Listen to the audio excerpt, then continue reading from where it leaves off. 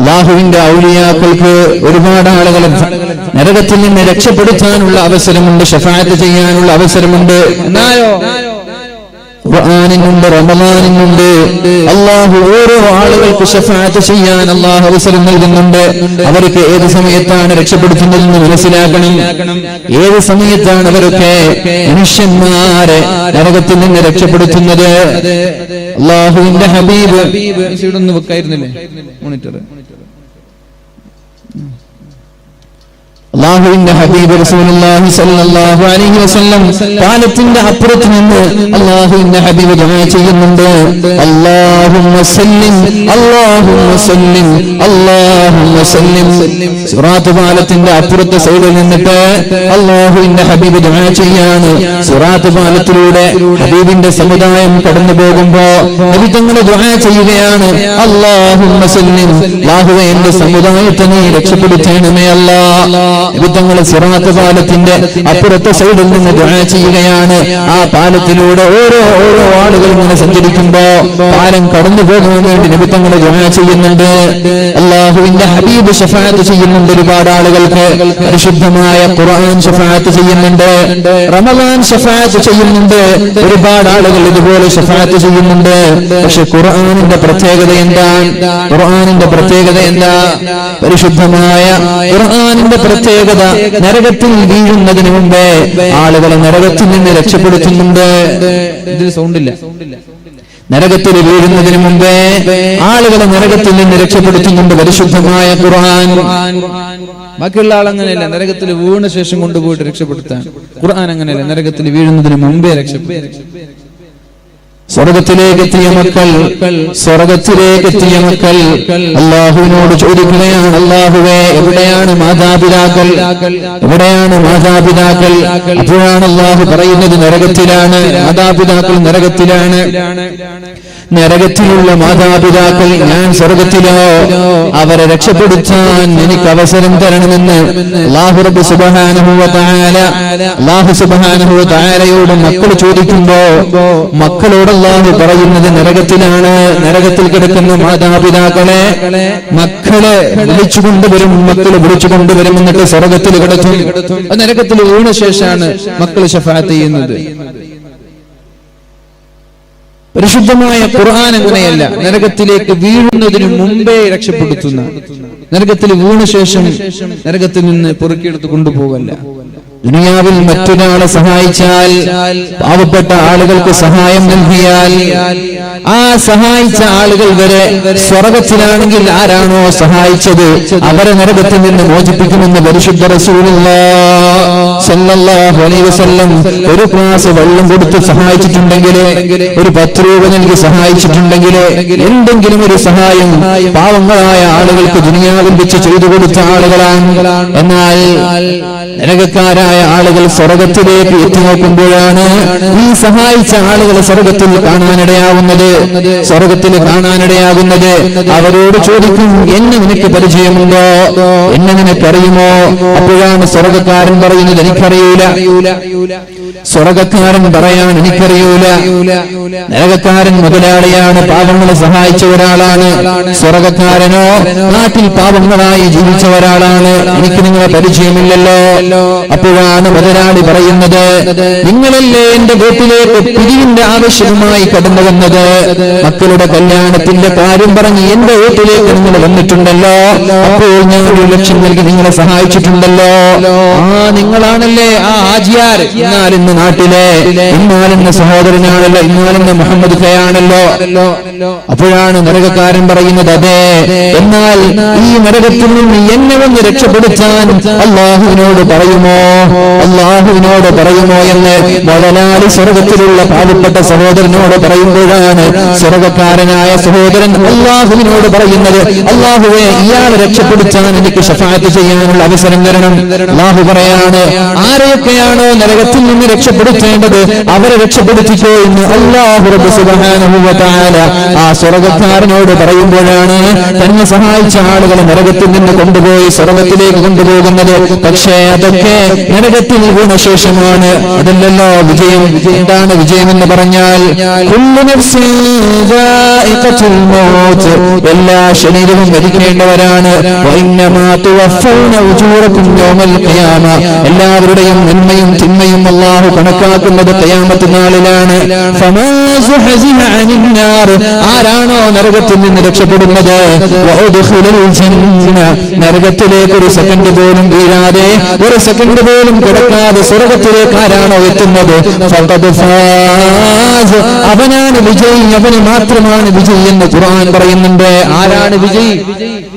വിജയി എന്ന് പറഞ്ഞാൽ ആരാ? ഫമാ സുഹസിഹ അനിൻ നാർ, നരകത്തിൽ നിന്ന് രക്ഷപ്പെടുകയും വഉദ്ഖിലുൽ ജന്ന, സ്വർഗ്ഗത്തിലേക്ക് പ്രവേശിക്കപ്പെടുകയും ചെയ്യുന്ന ആളുകൾ, ഒരു സെക്കൻഡ് പോലും നരകത്തിൽ കിടക്കാതെ അല്ലാഹു സ്വർഗ്ഗം നൽകുന്ന ആളുകൾ ആരാ? അവർക്കാണ് അല്ലാഹു വിജയം നൽകുന്നത്. അവരാണ് വിജയികൾ. ആ വിജയികളിൽ പെടാനാണ് നമ്മൾ അധ്വാനിക്കേണ്ടത്. നരകത്തിൽ വീണ ആളുകളെ രക്ഷപ്പെടുത്താൻ ആളുകളുണ്ട്. എന്നാൽ ഖുർആൻ അങ്ങനെയല്ല രക്ഷപ്പെടുത്തുന്നത്. നരകത്തിലേക്ക് വീഴുന്നതിന് മുമ്പ് അല്ലാഹുമായിട്ടൊരു സംവാദം നടക്കുകയാണ്, അല്ലാഹുമായിട്ടൊരു വാഗ്വാദം നടക്കുകയാണ്. അല്ലാഹുവേ, ഇയാളെന്നെ ബഹുമാനിച്ച ആളാണ്, ഇയാളെന്നെ ആദരിച്ച ആളാണ്, ഇയാൾ ഒരുപാട് ഖുർആൻ ഓതിയ ആളാണ്, അതുകൊണ്ട് ഇയാൾ നരകത്തിലേക്ക് കിടക്കരുത് എന്ന് അല്ലാഹുവിനോട് വാഗ്വാദം നടത്തിയിട്ട് നരകത്തിലേക്ക് കിടക്കാതെ നരകത്തിലേക്ക് വീഴാതെ ഖുർആനിനെ ആദരിക്കുന്ന ആളുകളെ അല്ലാഹു സ്വർഗ്ഗത്തിലേക്ക് കൊണ്ടുപോകുമെന്ന് പരിശുദ്ധ റസൂലുള്ളാഹ്. അതാണ് ഖുർആൻ എന്ന് പറഞ്ഞാൽ. ഇന്നല്ലദീന യത്ലൂന കിതാബല്ലാഹ്, അല്ലാഹുവിന്റെ ഖുർആൻ പാരായണം ചെയ്യുന്ന ആളുകൾ, അല്ലാഹുവിന്റെ ഖുർആൻ പാരായണം ചെയ്യുന്ന ആളുകൾ, യർജൂന തിജാറതൻ ലൻ തബൂർ, അവർക്ക് നഷ്ടമില്ലാത്ത കച്ചവടമാണ്. എന്താണ് നഷ്ടമില്ലാത്ത കച്ചവടം എന്ന് പറഞ്ഞാൽ? എന്താണ് ഈ നഷ്ടമില്ലാത്ത കച്ചവടം എന്ന് പറഞ്ഞാൽ? ഇത് ഓടുന്ന ആളുകൾക്ക് ദുനിയാവിൽ അല്ലാഹു പ്രതിഫലം നൽകുമെന്ന് മാത്രമല്ല, ശാരീരികമായിട്ടുള്ള ആരോഗ്യം നൽകും, മാനസികമായിട്ടുള്ള ആരോഗ്യം നൽകും, മാനസികമായിട്ടുള്ള സംതൃപ്തി നൽകും, സമ്പത്തിൽ അഭിവൃദ്ധി നൽകും. ഇതൊക്കെ ഉള്ളതല്ലേ? പരിശുദ്ധമായ ഖുർആൻ ഓതിയാൽ അല്ലാഹു ദുനിയാവിൽ നൽകുന്ന നേട്ടങ്ങൾ ഇതൊക്കെയാണ്. പക്ഷേ നമ്മുടെ ഓത്തല്ല, നമ്മുടെ പാരായണമല്ല. യാസീനുൽ ഖുർആനിൽ ഹകീമിൻ കലമിനുൽ മുർസലീൻ, ആ 120 പോകുന്ന ഓത്തല്ല. അതിനെക്കുറിച്ചല്ല ഈ പറയുന്നത്, തെറ്റിദ്ധരിക്കരുത്. അതിനെക്കുറിച്ചല്ല ഈ പറയുന്നത്. കടമ വീട്ടാൻ വേണ്ടി റമദാൻ ഒരു ഖത്തം തീർക്കുന്നുണ്ട്, രാജധാനി എക്സ്പ്രസ് പോകുന്ന പോലെ ഒരാൾ ഓത, അതിനൊന്നും കിട്ടാനില്ല. എന്താ ഖുർആൻ എന്ന് പറഞ്ഞു? എങ്ങനെ ഓതാനാ പറഞ്ഞത്? ورتل القرآن ترتيلا يا أيها المزمل قم الليل إلا قليلا نصفه أو انقص منه قليلا أو زد عليه ورتل القرآن. കടന്നു വന്നിട്ട് പനി പിടിച്ച് മൂടി പിടിച്ച് കിടന്നുറങ്ങുകയാണ്. അപ്പോഴാണ് അല്ലാഹു വിളിക്കുന്നത്, യാ അയ്യുഹൽ മുസമ്മിൽ, ഓ മൂടി പിടിച്ചിറങ്ങുന്ന മനുഷ്യ, ഖുമിൽ ലൈല ഇല്ലാ ഖലീല, ഒന്ന് രാത്രി എണീറ്റ് തഹജ്ജുദ് നിസ്കരിക്കണേ. അല്ലാഹുവിന്റെ ഹബീബിന്റെ തഹജ്ജുദ് നിസ്കാരം നിർബന്ധമായിരുന്നു. ഞങ്ങൾക്ക് നിർബന്ധമല്ല, സുന്നത്താണ്. സമുദായത്തിന്റെ തഹജ്ജുദ് നിസ്കാരം നിർബന്ധമല്ല. എപ്പോഴാണ് തഹജ്ജുദ് നിസ്കരിക്കേണ്ടത്? നിസ്ഫഹു, രാത്രിയുടെ പകുതി തഹജ്ജുദ് നിസ്കരിക്കണം. രാത്രിയുടെ പകുതി എന്ന് പറഞ്ഞാൽ 12 മണിക്കൂറിൽ 6 മണിക്കൂറും തഹജ്ജുദിന് വേണ്ടി ഉപയോഗിക്കണമെന്നല്ലേ? അത് അല്ലെങ്കിൽ ആ പകുതിയിൽ നിന്ന് അല്പം കുറച്ചാലും കുഴപ്പമില്ല, അല്പം കുറച്ചാലും കുഴപ്പമില്ല. അല്ലാഹുവിന്റെ ഹബീബിനോട് പറയാണ്, രാത്രിയുടെ പകുതി ഭാഗം നിങ്ങൾ തഹജ്ജുദിന് വേണ്ടി മാറ്റിവെക്കണം. അല്ലെങ്കിൽ അതിൽ നിന്ന് അല്പം കുറച്ചാലും കുഴപ്പമില്ല. അല്ലെങ്കിൽ യാത്രയുടെ പകുതിയേക്കാൾ അല്പം കൂടുതൽ നിസ്കരിച്ചാലും കുഴപ്പമില്ല. പക്ഷേ ഖുർആന തർതീല. പരിശുദ്ധമായ ഖുർആൻ ഓതുമ്പോ രാജധാനി എക്സ്പ്രസ് പോകുന്നത് പോലെ ഓതാനുള്ളതല്ല, വളരെ ഭംഗിയായി തജ്വീദിന്റെ നിയമപ്രകാരം ഓതൽ നമ്മുടെ ബാധ്യതയാണ്. മുഅ്മിനേ, എന്റെ പ്രിയപ്പെട്ട സഹോദരങ്ങളോട്, എന്റെ പ്രിയപ്പെട്ട സഹോദരിമാരോട് പറയാനുള്ളത്, പഠിക്കാനുള്ള അവസരം നമ്മുടെ മുന്നിലുണ്ടല്ലോ, എന്തോ നമ്മൾ പഠിക്കാത്തത്? അതുകൊണ്ട് ഞാൻ പഠിച്ചിട്ടില്ല, എനിക്ക് പഠിക്കാൻ സമയം ലഭിച്ചിട്ടില്ല എന്ന് പറയുന്ന എക്സ്ക്യൂസ് അല്ലാഹുവിന്റെ അടുത്ത് സ്വീകരിക്കപ്പെടൂല. കാരണം വിരൽ തുമ്പിലാണ് എല്ലാം ഉള്ളത്. തജ്വീദ് പഠിക്കാനും യൂട്യൂബ്, വാല് പഠിക്കാനും യൂട്യൂബ്, സിനിമ കാണാനും യൂട്യൂബ്, കുക്കറി ഷോ കാണാനും യൂട്യൂബ്, എന്തുവരൊക്കെ കാണാനും യൂട്യൂബ് ഉണ്ടാകുമ്പോ നന്മയ്ക്ക് വേണ്ടി ആരാണ് ഉപയോഗിക്കുന്നത്? നിങ്ങളുടെ വിരൽ തുമ്പിലേക്ക് നന്മകളുടെ വാതായനങ്ങൾ തുറക്കപ്പെടുമ്പോ എന്തേ നന്മ ചെയ്യാത്തത്? എന്തേ നന്മ ചെയ്യാത്തത്? നന്മ ചെയ്യാനല്ലേ ഈ ഡിവൈസുകൾ അല്ലാഹു നമ്മൾക്ക് നൽകുന്നത്. കളിക്കാനല്ലല്ലോ, തമാശയ്ക്ക് വേണ്ടിയല്ലല്ലോ, ഫോൺ കാണാനല്ലല്ലോ. അല്ലാഹുവിന്റെ നന്മകൾ, അല്ലാഹുവിന്റെ ദൃഷ്ടാന്തങ്ങൾ കാണാനല്ലേ. എന്നിട്ട് പറയേണ്ടേ, റബ്ബനാ മാ ഖലഖത ഹാദാ ബാതിലാ ഫഖിനാ അദാബന്നാർ. അല്ലാഹുവേ, ഇതൊന്നും വെറുതെ സൃഷ്ടിച്ചതല്ലല്ലോ, ഇതൊന്നും നീ വെറുതെ സൃഷ്ടിച്ചതല്ല. മൊബൈൽ ഫോണുകളായാലും ടി വി ആയാലും ഏത് സംവിധാനങ്ങളായാലും ഇതൊക്കെ കാണുമ്പോൾ നമ്മൾ പറയേണ്ടേ, റബ്ബനാ മാ ഖലഖത ഹാദാ ബാതിലാ. അല്ലാഹുവേ, ഇതൊന്നും നീ വെറുതെ സൃഷ്ടിച്ചതല്ലല്ലോ. എന്റെ സഹോദരിമാരോട് പറയുന്നത്, എനിക്കറിയാം ഇവിടെ സഹോദരിമാരാണ് കൂടുതലുള്ളത് എന്ന്. എന്റെ ഇവിടുത്തെ ചെറുപ്പക്കാർക്ക് വാല് വേണ്ടേ? എന്റെ ഇവിടുത്തെ നാട്ടുകാർക്ക് വാല് വേണ്ടേ? ഞാൻ ചോദിക്കട്ടെ, സംഘാടകരെ പലവട്ടം പറഞ്ഞു സ്ത്രീകളായിരിക്കും കൂടുതലെന്ന്. ഇങ്ങനെ ഒരു മഹാനുഭാവന്റെ പേരിൽ ഇവിടെ വാല് സംഘടിപ്പിക്കുമ്പോ നാട്ടുകാരെങ്കിലും വന്നിരിക്കാൻ നിങ്ങളുടെ ബാധ്യതയല്ലേ? എന്തിനാണ് സംഘടിപ്പിക്കുന്നത്? ഇത്രയും ഭീമമായ തുകകൾ ചെലവഴിച്ചിട്ട് നയിക്കുന്ന സംവിധാനങ്ങൾ, സ്റ്റേജിന്റെ സംവിധാനങ്ങൾ, ഇങ്ങനെയുള്ള സംവിധാനങ്ങൾ ഒരുക്കിയിട്ട് എന്തേ നമുക്ക് കേൾക്കാൻ കഴിയാത്തത്? ആരോടുള്ള ധിക്കാരമാണിത്? ആരോടുള്ള വെല്ലുവിളിയാണ്? എന്റെ ചെറുപ്പക്കാര, ഒരു കളി ഉണ്ടാകുമ്പോ അവിടെ കൂടിക്കൂടാറുണ്ടല്ലോ. അല്ലാഹുവിന്റെ ഹബീബ് സല്ലല്ലാഹു അലൈഹി വസല്ലം, അല്ലാഹുവിന്റെ ഹബീബിനോട് അല്ലാഹു തആല പരിശുദ്ധമായ ഖുർആനിൽ വെല്ലുവിളിക്കാൻ പറഞ്ഞ വിഷയങ്ങളല്ലേ ഇത്? ജീവിതം കളിയും ചെറിയുമാക്കി മാറ്റുന്ന ആളുകളെ നബിയെ നിങ്ങൾ വിട്ടേക്ക്. നബിയെ, അവരെ നിങ്ങൾ എന്ത് ചെയ്യണ്ട, അവരെ നിങ്ങൾ യാതൊരു പരിഗണനയും നൽകണ്ട, അവരുടെ കാര്യം ഞാൻ നോക്കാമെന്ന് അല്ലാഹു ഖുർആനിൽ പറഞ്ഞിട്ടില്ലേ? ഇത് അറിയാനിട്ടാണോ? ഇത് കേൾക്കാനിട്ടാണോ? എന്റെ ചെറുപ്പക്കാര, കളികളോട് ബലം തോന്നി തുടങ്ങിയത് ആകെ ഫ്ലഡ് ലൈറ്റുകളും ഫുട്ബോളുകളും മാത്രമായി ജീവിച്ചാൽ മതിയോ? ജീവിതം തന്നെ കളിയും ചിരിയുമാക്കി മാറ്റിയ ആളുകളുണ്ട്. ആഭാസങ്ങൾ നടത്തുന്ന ആളുകൾ, അനാചാരങ്ങൾക്ക് കൂട്ടുനിൽക്കുന്ന ആളുകൾ, നന്മ പറയുമ്പോൾ അവർക്ക് തയ്യാറില്ല.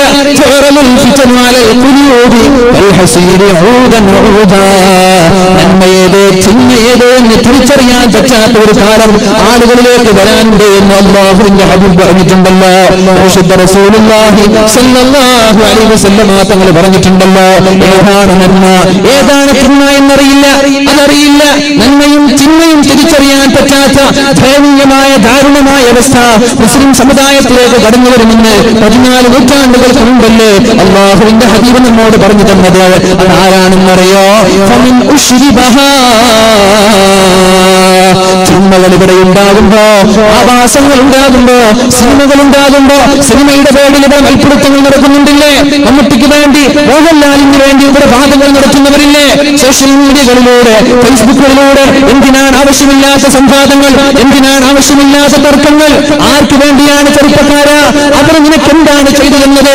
ഏത് നടന്മാരായാലും നടിമാരായാലും സമുദായത്തിന് എന്ത് ചെയ്തു തന്നു? നിനക്കെന്ത് ചെയ്തു തന്നു? അതുപോലെ സോഷ്യൽ മീഡിയയിൽ മറ്റൊരു ആവാസം കൊണ്ട് ഇന്ന് നടക്കുന്ന IPL കളിയുണ്ടല്ലോ, ആ കളിക്ക് വേണ്ടി രാവിലെ ഒരു പ്രവചന മത്സരം. എന്റെ ചെറുപ്പക്കാരാ, നിങ്ങളുടെ ബുദ്ധി നിങ്ങൾ എവിടെയാണ് പണയം വെച്ചിട്ടുള്ളത്?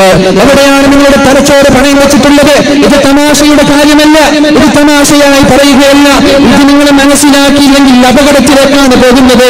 ജൂതനായ ഒരു നേതാവ് പറഞ്ഞത് ഞാൻ ഓർക്കുന്നുണ്ട്, മുസ്ലിം സമുദായത്തെ തകർക്കാൻ ആയുധങ്ങൾ കൊണ്ട് നിങ്ങൾക്ക് കഴിഞ്ഞതിനേക്കാളും കൂടുതൽ ജീവി കൊണ്ടാണ് മുസ്ലിം സമുദായത്തെ നിങ്ങൾ തകർത്തത്.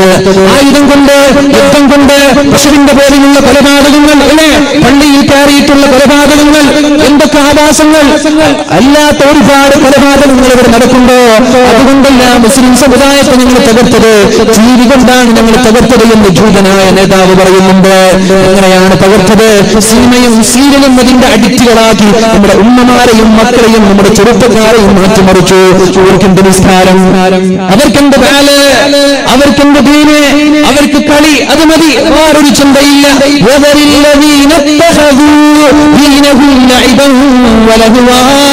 ചെറുപ്പക്കാരാ, ജീവിതം തന്നെ കളിയും ചിരിയും ആഘോഷങ്ങളും ആഭാസങ്ങളും ഇത് മാത്രം മതി എന്ന രീതിയിൽ മുന്നോട്ട് പോകുന്ന ആളുകളെ അല്ലാഹുവിന്റെ മുന്നറിയിപ്പാണ്. ഇത് തമാശയല്ല.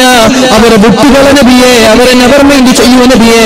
വലഹും അദാബുൻ അലീം, അവർക്ക് ഞാൻ വേദനാജനകമായ ശിക്ഷ നൽകാനുണ്ട് എന്ന് പരിശുദ്ധമായ ഖുർആൻ പറയുന്നത്.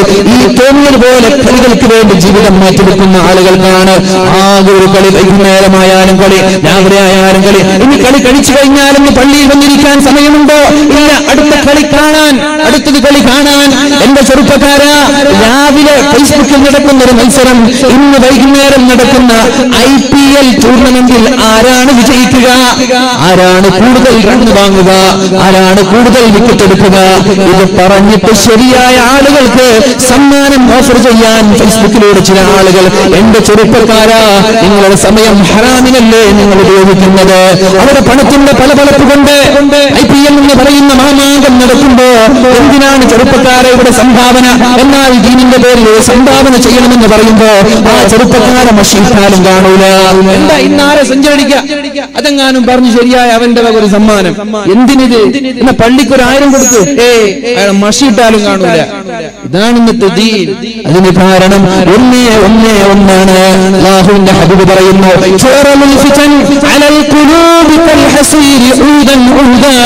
നിങ്ങളിലേക്ക് ഫിത്നകൾ കടന്നു വരും. ആ ഫിത്നകൾ രസകരമായിട്ട് ഒരാൾക്ക് തോന്നി തുടങ്ങിയാൽ എന്താണ് ഇതിന് ഉദാഹരണം പറയുന്നത്? സ്വാമിമാര് ശബരിമലയിലേക്ക് പോകുന്ന രംഗം നിങ്ങൾ കണ്ടിട്ടുണ്ടല്ലോ. എത്ര വേദനയോടെയാണ് നമ്മളത് നോക്കിക്കാണുന്നത്.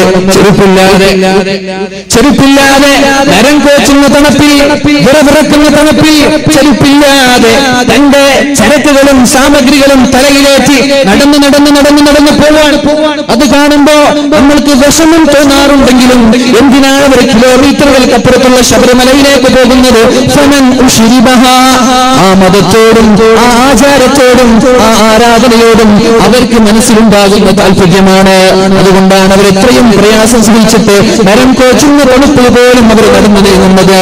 ഇതുപോലെ ഒരാൾക്ക് ഫിത്നകളോട് താല്പര്യം തോന്നി തുടങ്ങിയാൽ, രാത്രി 3 മണിക്ക് കളിയുണ്ട് എന്നറിഞ്ഞാൽ അതിനുവേണ്ടി നമ്മുടെ ചെറുപ്പക്കാർ അലാം വെക്കാൻ തുടങ്ങിയാൽ, വൈകുന്നേരം 8 മണിക്കൊരു കളിയുണ്ട് എന്ന് പറഞ്ഞാൽ അതിനു വേണ്ടി ചെറുപ്പക്കാരൻ കാത്തിരിക്കുന്ന ഒരു കാലം വന്നാൽ അവർക്ക് വേണ്ടി ഫ്ലെക്സ് വെക്കുക, അവർക്ക് വേണ്ടി സംവാദം നടത്തുക, അവർക്ക് വേണ്ടി ഗ്രൂപ്പുകളിൽ ചർച്ച നടത്തുക. എന്താണിത്? ആർക്ക് വേണ്ടിയാണിത്? ഈ ആഭാസങ്ങളുള്ള ആളുകൾ, ഈ ആഭാസങ്ങൾ ഒരു രസകരമായ ഒരാൾക്ക് തോന്നി തുടങ്ങിയാൽ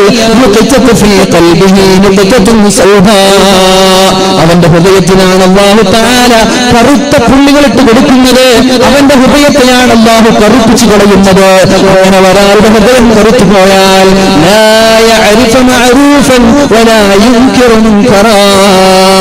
അപ്പോൾ അവന്റെ നന്മയേത് തിന്മയേത് എന്നവന് തിരിച്ചറിയൂല. അപ്പോഴാണ് അവന് നന്മയേത് തിന്മയേത് എന്ന് തിരിച്ചറിയൂല.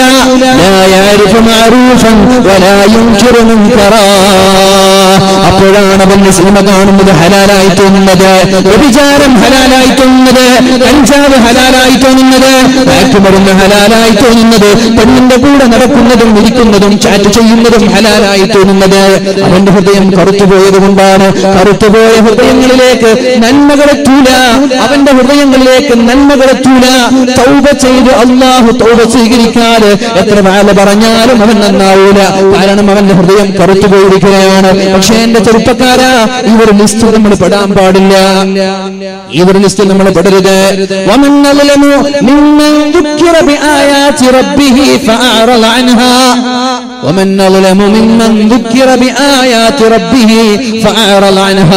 ഞാൻ പറയുന്നത് എന്റെ വകയല്ലല്ലോ. അല്ലാഹുവിന്റെ ഖുർആനിന്റെ ആയത്തുകളല്ലേ ഇവിടെ ചർച്ച ചെയ്യുന്നത്? പരിശുദ്ധ റസൂലിന്റെ ഹദീസുകളല്ലേ ഇവിടെ ചർച്ച ചെയ്യുന്നത്? അല്ലാഹുവിന്റെ ദൃഷ്ടാന്തങ്ങൾ ഓരോന്ന് ഓതിക്കേൾപ്പിച്ചു പഠിപ്പിക്കുമ്പോ ഇതൊന്നും എനിക്ക് വേണ്ട, എനിക്ക് കളി മതി, ഫുട്ബോൾ മതി, ക്രിക്കറ്റ് മതി, ഇതിനേക്ക് മൈൻഡ് ചെയ്യാതെ മാറി നിൽക്കുന്ന ആളുകൾ ഇതിനേക്കാളും വലിയ ക്രിമിനൽ ആരാണെന്ന് ഖുർആൻ ചോദിക്കുന്നുണ്ട്. സൂറത്തുൽ കഹ്ഫ് ഓതാറുണ്ട്. എന്തേ നമ്മൾക്ക് ഇതിൽ ബോധമില്ലാത്തത്? ഞാൻ പറഞ്ഞല്ലോ, ഒരു മനുഷ്യന് മാനസികമായ ആരോഗ്യം ലഭിക്കാൻ 5 കാര്യമാണ് ചെയ്യേണ്ടത്. അതിൽ ഒന്നാമത്തേത് ഖിറാഅത്തുൽ ഖുർആനി ബിത്തദബ്ബുർ, അർത്ഥം ആലോചിച്ചുകൊണ്ട് ഖുർആൻ ഓതലാണ്.